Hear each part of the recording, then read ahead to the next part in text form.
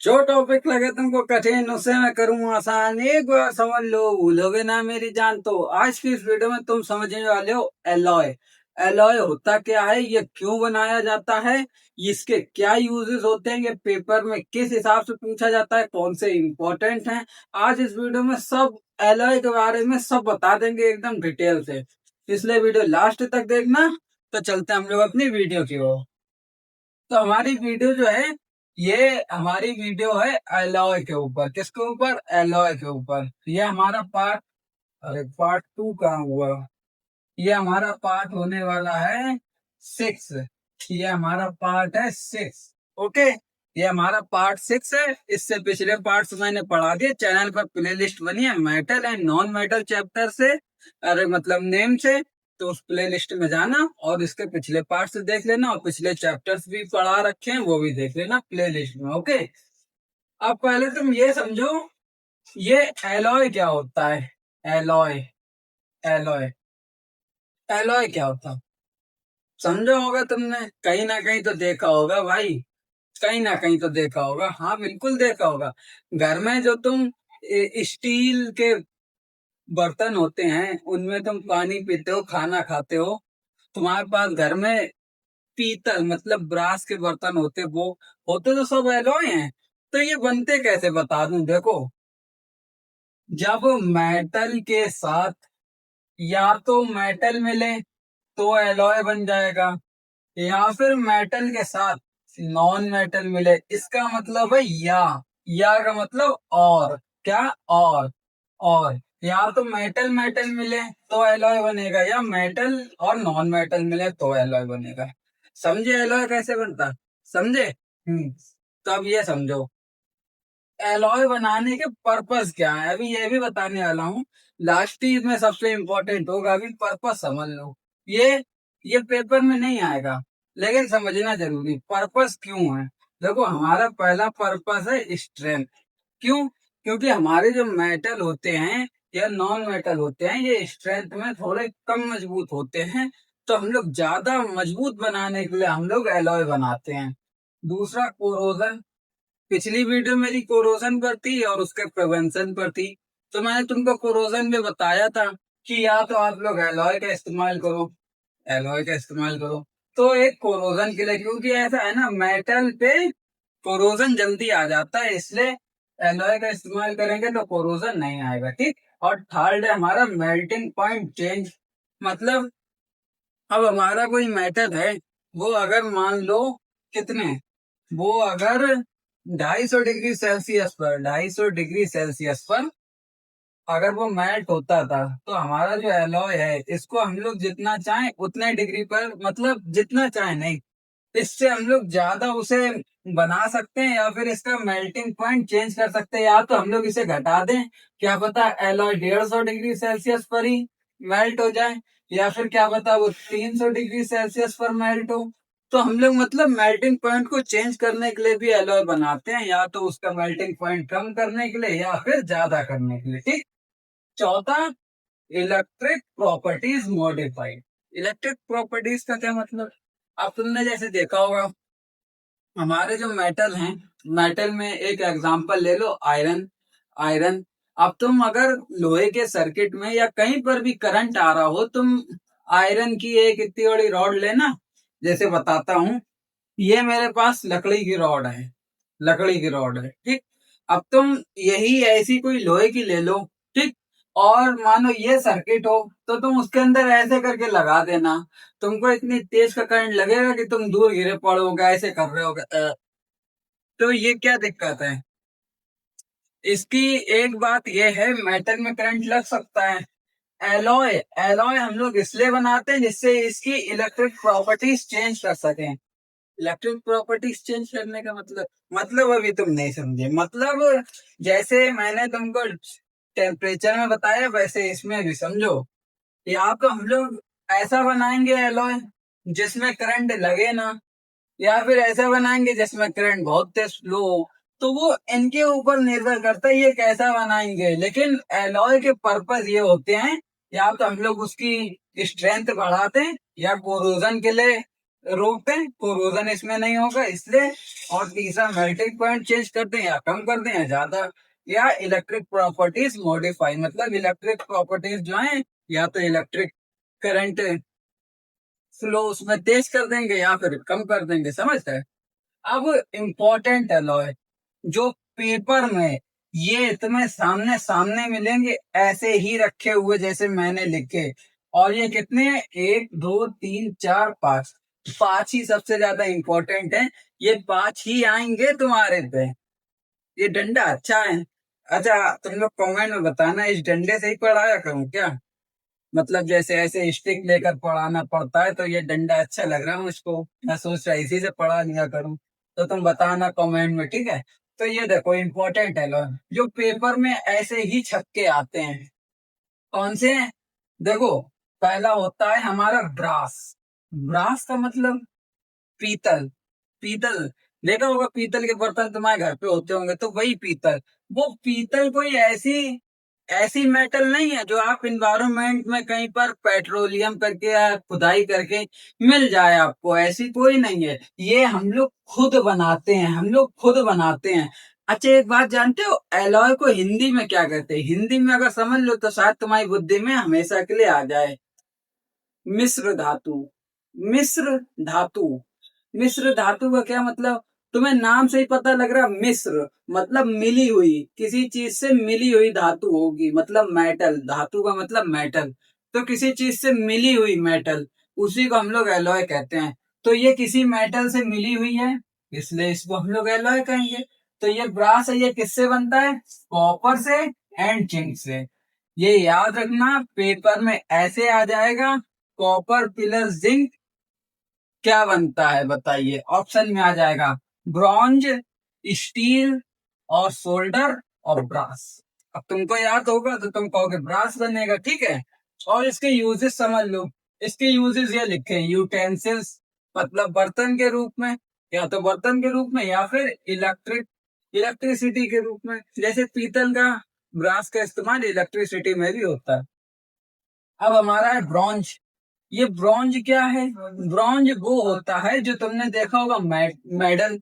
तुमने देखा होगा क्लास में जब फर्स्ट आते हैं, प्रिंसिपल सर आते हैं, तुमको ऐसे करके मेडल पहनाते हैं, तो कभी तुमने ये गौर करा ये मेडल, अरे ये मेडल ना तो लोहे का बना, ना लकड़ी का है, ना कागज का है, ना किसी का है, तो ये है किसका? वो होता है ब्रॉन्ज का। ब्रॉन्ज का। और ब्रॉन्ज कोई मेटल नहीं है, ये क्या है? मिश्र धातु, मतलब एलॉय है। एलॉय। तो ये मेडल जो है ये ब्रॉन्ज से बनाए जाते हैं, ठीक। ब्रॉन्ज बनता कैसे है? Copper plus tin. टीन तो देखी होगी, पता लगे किसी घर पे ही होगी, तुम लोगों में से किसी घर पे टीन टीन तो दिखी जाती होगी, टीन तो जानते होगे। टीन का डब्बा। जैसे कोई सा भी तुम सामान लाते बाजार से, तो वो टीन टीन टीन के डब्बे में होती है। टीन के डब्बे में मतलब वो लगता तुम्हें स्टील जैसा है, लेकिन होता वो टीन है। क्या? टीन। तो हम लोग जब कॉपर और टीन को मिलाते हैं तो ब्रॉन्ज बन जाता है, समझ रहे? समझ रहे बात को? और एक इसका इस्तेमाल ये भी है ब्रॉन्ज का, स्टैचू जो तुम देखते हो वो भी ब्रॉन्ज के बनाए जाते हैं। और तीसरा है सोल्डर। सोल्डर क्या होता है? अब तुमने देखा होगा तुम्हारे घर का तार टूट गया, या तुमने कभी देखा होगा तुम, हाँ, तुम जब छोटे थे तब तुम गाड़ी चलाते थे, कौन सी? रिमोट कंट्रोल वाली। तो रिमोट कंट्रोल वाली मैं 100% अपनी गारंटी के साथ कह सकता हूँ, कोई बच्चा बचपने में ऐसा नहीं रहा होगा जिसने खोल के उसके मोटर ना निकाले हों, जिसने खोल के उसके तार इधर उधर ना करे हो, जिसने खोल के उस मोटर में जो वो आती है फैन की पंखुड़ी वो ना लगाई हो और हवा ना खाई हो। ऐसा कोई बच्चा नहीं होगा। ऐसा बचपना जिसका बीता हो उसे मेरा नमन नमन प्रणाम। क्योंकि हर बच्चा ऐसा करता है, वो अपने आप में मैकेनिज्म ढूंढता है, वो कहता है अरे अब तो मैं इंजीनियर ही बन जाऊंगा, अब तो मैं खुद ही पंखा बनाऊंगा। कार की मोटर निकाल लिया, पंखा बना लिया। तो बहुत से बच्चे जानते भी होंगे सोल्डरिंग वायर। सोल्डरिंग वायर है, तो वो तुमने, या हिंदी में उसको कहते हैं काइया। काइया। और इंग्लिश में उसको कहते हैं सोल्डरिंग आयरन। वो तुमने देखा होगा किसी भी जहाँ पे ये काम होता है वायर आयर का, जहाँ वायर बिकते हैं, वहां पर वो लोग एक इतना बड़ा लेके बैठते। मेरे पास है सोल्डरिंग वायर, मैं भी एक इंजीनियर रह चुका हूँ। मेरे मुझको भी बहुत शौक थे इन सब चीजों के। मैं भी सोल्डरिंग आयरन लेके आता, काइया लेके आता, सब कुछ मेरे पास, मल्टीमीटर, तुम जो कहो वो है। किसी दिन मैं अपनी एक वीडियो बनाऊंगा और तुमको दिखाऊंगा मेरे पास क्या क्या था। इसलिए सपोर्ट करो, कमेंट में बताओ मैं वीडियो लाऊं या ना लाऊं। तो सोल्डरिंग आयरन मेरे पास है, इतना बड़ा होता है, इतना बड़ा तक, ठीक। तो वो ऐसे तार जो ज्वाइन करा जाता है, तो उसके साथ एक इतना बड़ा पतला पतला तार होता है जो सोल्डर करा जाता है, जो तारों को जोड़ने के काम में आता है, तारों को जोड़ने के काम में आता है। अब तुम ऐसे थोड़ी ना कि तार जे तार छीला और ऐसे अमेट दिया, वो खुल जाएंगे। लेकिन अगर तुमने सोल्डरिंग वायर से सोल्ड कर दिया तो नहीं खुलेंगे। तो ये सोल्डर वायर का इस्तेमाल समझ समझ गए। ये बनता है लेड प्लस टीन का। लेड का मतलब शीशा, और टीन, शीशा और टीन को मिला दो तब बनता है सोल्डर। चौथा और पांचवा सबसे इंपॉर्टेंट है, समझ लेना फिर जाना। स्टील और स्टेनलेस स्टील में क्या अंतर है समझो। स्टील जो होती है ये हमारी मनी अरे मशीनरी काम में और कंस्ट्रक्शन में इस्तेमाल होती है। स्टील ये बनती किससे, आयरन प्लस कार्बन से स्टील। जैसे तुमने देखा होगा मशीनरी प्लस कंस्ट्रक्शन का मतलब ये है, तुमने मशीनें देखी होंगी, कुछ कुछ आयरन की नहीं बनती हैं, कुछ कुछ स्टील की बनती हैं, स्टील की बनती हैं। तो वो स्टील की रेलिंग जैसे तुमने देखी होगी, रेलिंग तुम्हारे घर पे वो जो लगाई जाती है रेलिंग, जिसे पकड़ के तुम जीना चढ़ते हो, जीना चढ़ते हो, तो वही सीढ़ियां चढ़ते हो, मतलब अपने घर की जो सीढ़ियां होती हैं जिन्हें हम लोग जीना कहते हैं, उसी पर जब तुम चढ़ते हो तो तुम्हारे घर पे नहीं तो देखा होगा कहीं स्टील की रेलिंग लगी हुई होती है जिसे पकड़ के ऊपर चढ़ा जाता है। तो वही स्टील जो होती है वो ये वाली स्टील होती है। और हम लोग जिसमें खाना खाते हैं, जिसमें पानी पीते हैं, जो बर्तन के रूप में इस्तेमाल करते हैं, वो स्टेनलेस स्टील होती है। क्या, स्टेनलेस स्टील। ये कैसे बनती है, ये आयरन प्लस निकल और क्रोमियम से बनती है। तो अब मैं तुम्हें बता दूं इनमें से इंपॉर्टेंट कौन कौन से हैं। देखो, ये इंपॉर्टेंट है, और ये तो बहुत इंपॉर्टेंट है दोनों। इस पे डबल स्टार लगा के चलो, क्योंकि देखो पेपर में हमेशा बच्चे को घुमाने की सोचते हैं।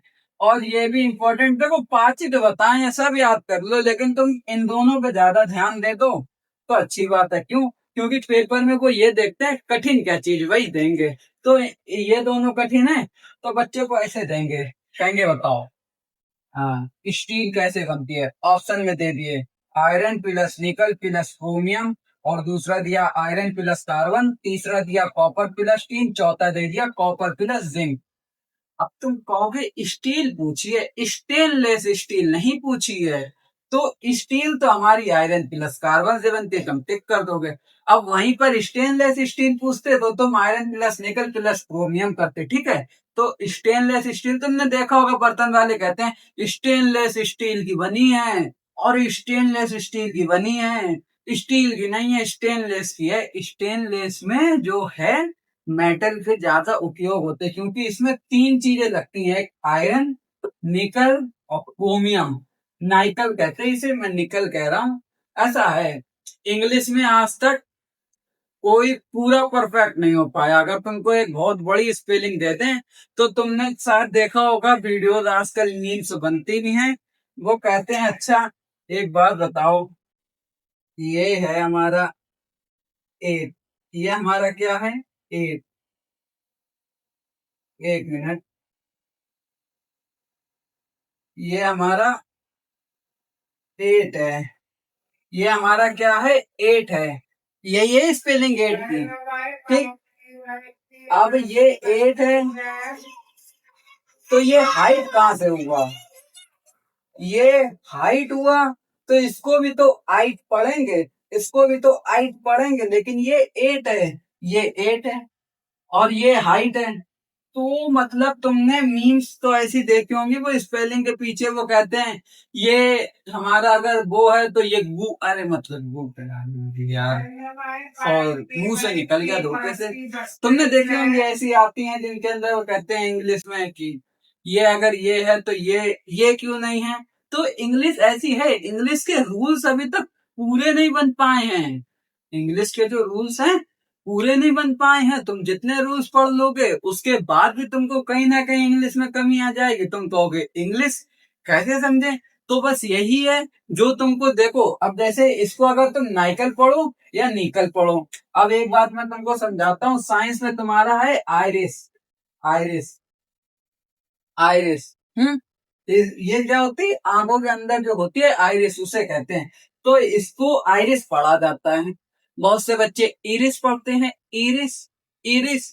तो देखो पढ़ने से कोई दिक्कत नहीं है, वो तुमको आगे चल के कहीं ना कहीं अगर कोई तुमसे बोलता है तो तुमको पता लग जाता है इसको क्या बोलते हैं।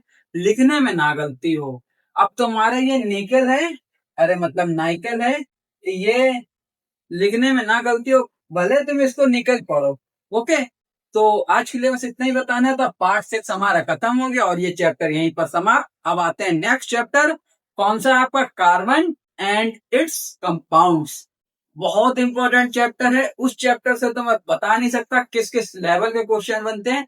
आईयूपीएससी से बहुत बनते हैं। देखो एक बात मैं तुमको अभी क्लियर कर दूं, आईयूपीएससी से ज्यादा क्वेश्चन नहीं बनते हैं, इसलिए मैं तुमको केवल मेन मेन बता के जाऊंगा, तो तुम समझ लेना। तो मिलते हैं नेक्स्ट वीडियो में। आज के लिए बस इतना ही, बाय।